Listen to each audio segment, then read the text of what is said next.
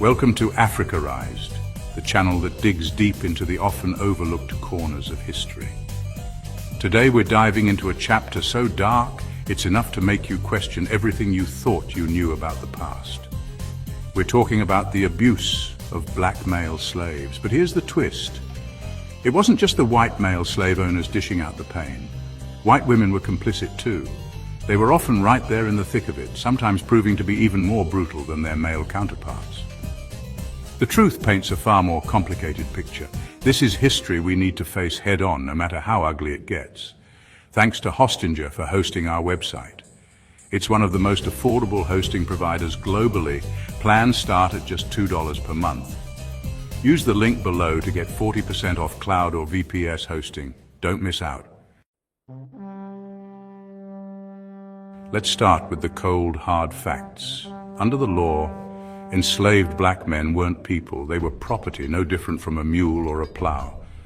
This dehumanization was the bedrock upon which the entire system of slavery was built. It was about systematic degradation, about breaking spirits as surely as they broke backs. It was about creating a class of people who were seen as objects, making it easier to inflict unimaginable cruelty. Now, you might imagine that when the master was away, things might ease up a bit for the enslaved people. Sadly, that wasn't always the case. White women inherited the reins of authority when their husbands were off on business or engaging in extramarital affairs. With the master gone, the mistress became the ultimate ruler of her domain. She held the power of life and death, of punishment and meager reward, over every enslaved person on that land. This was about white women, often raised to believe in their inherent superiority, exerting that dominance with a vengeance. And for enslaved black men caught in this web of power and prejudice, the consequences could be dire. Here's where the story takes an even more twisted turn. The legal system offered no protection to enslaved people.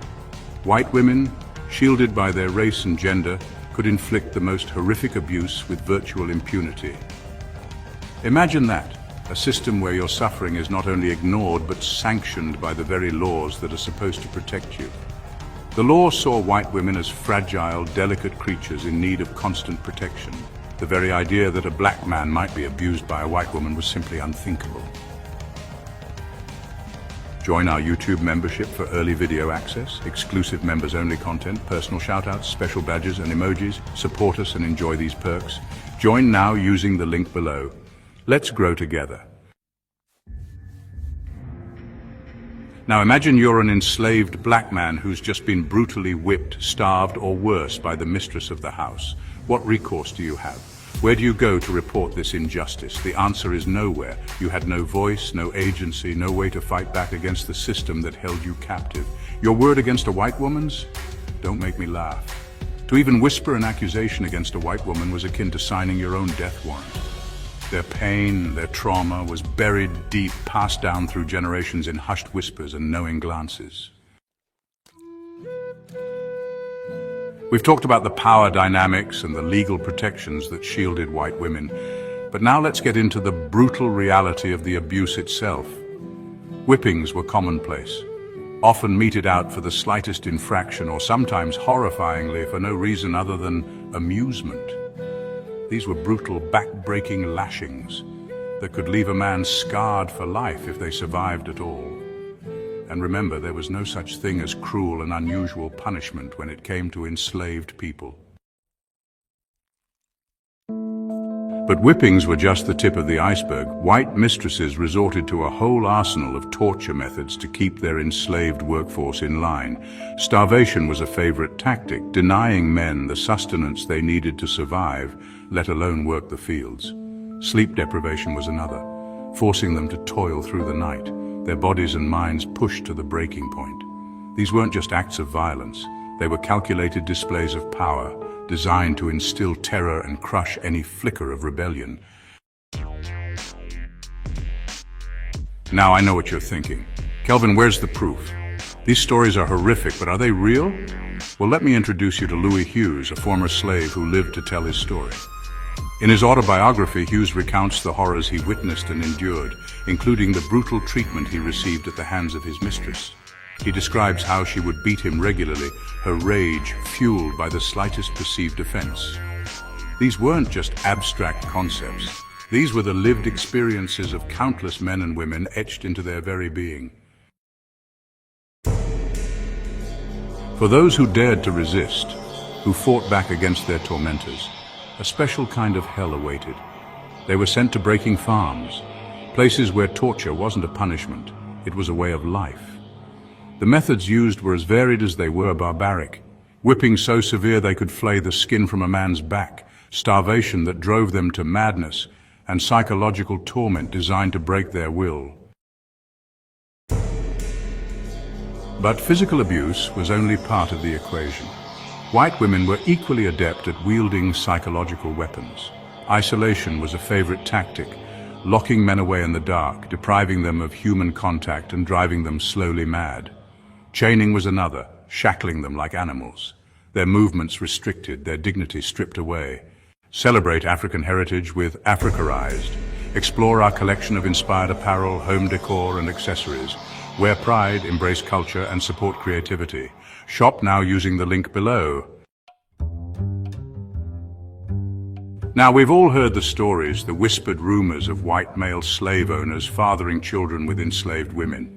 But there's another layer to this story, the sexual abuse of black men by white women. This wasn't just about power, it was about degradation, about white women asserting their dominance in the most intimate and violating way possible.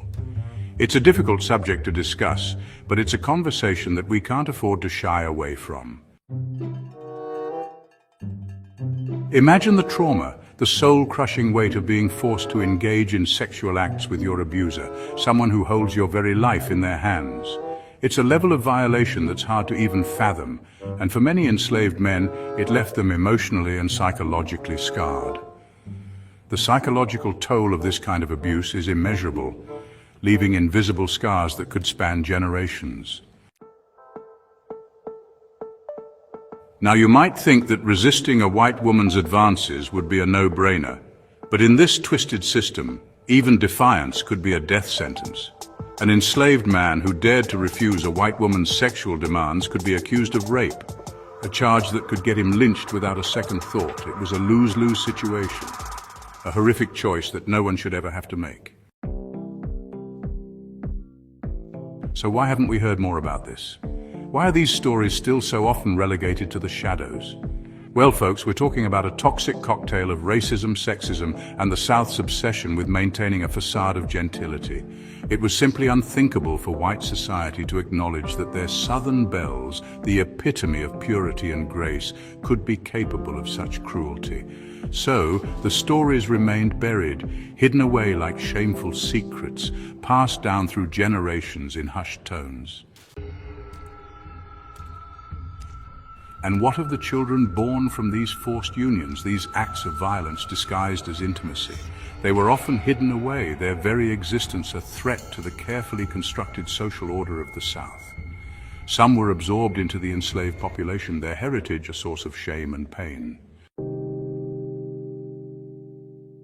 Even Frederick Douglass, a man who dedicated his life to exposing the horrors of slavery, danced around this issue in his writings. He hinted at the abuse suffered by black men at the hands of white women, but he never named names, never directly confronted the issue head-on. Emasculation was another tool in the arsenal of white supremacy. Black men were routinely referred to as boys, regardless of their age, their very manhood denied, their authority stripped away with a single word. And the humiliation didn't stop there. Some mistresses forced enslaved men to serve them naked, their bodies exposed, their dignity trampled underfoot. Families were routinely torn apart, wives sold away from husbands, children ripped from their mother's arms. This was a deliberate tactic, a way of inflicting emotional pain, of reminding enslaved people that they were nothing more than possessions. In plantations where women held the reins of power, where the Southern belle reigned supreme, the abuse was often even more frequent and severe. These women, raised in a society that told them they were delicate flowers, felt the need to assert their dominance, to prove that they were just as capable of cruelty as any man. For centuries, historians have downplayed or outright ignored these stories. Why? Because they didn't fit the narrative. They challenged the carefully constructed myth of the Southern Belle, the image of white womanhood as pure, innocent, and above reproach. But the truth, no matter how uncomfortable, has a way of demanding to be heard. It's difficult to even begin to imagine the pain, the resilience, the sheer will to survive that enslaved people endured. Their stories, often whispered in the shadows, deserve to be heard, not to perpetuate hate, but to honor the truth in all its complexity. These men, stripped of their humanity, subjected to unimaginable cruelty, are heroes. We must remember not to judge, not to condemn, but to learn, to grow, and to ensure that such atrocities are never repeated. Don't forget to like, share, and subscribe to Africarized for more untold stories. This episode is brought to you by Fitness Lifestyle, supporting health and healing for our people.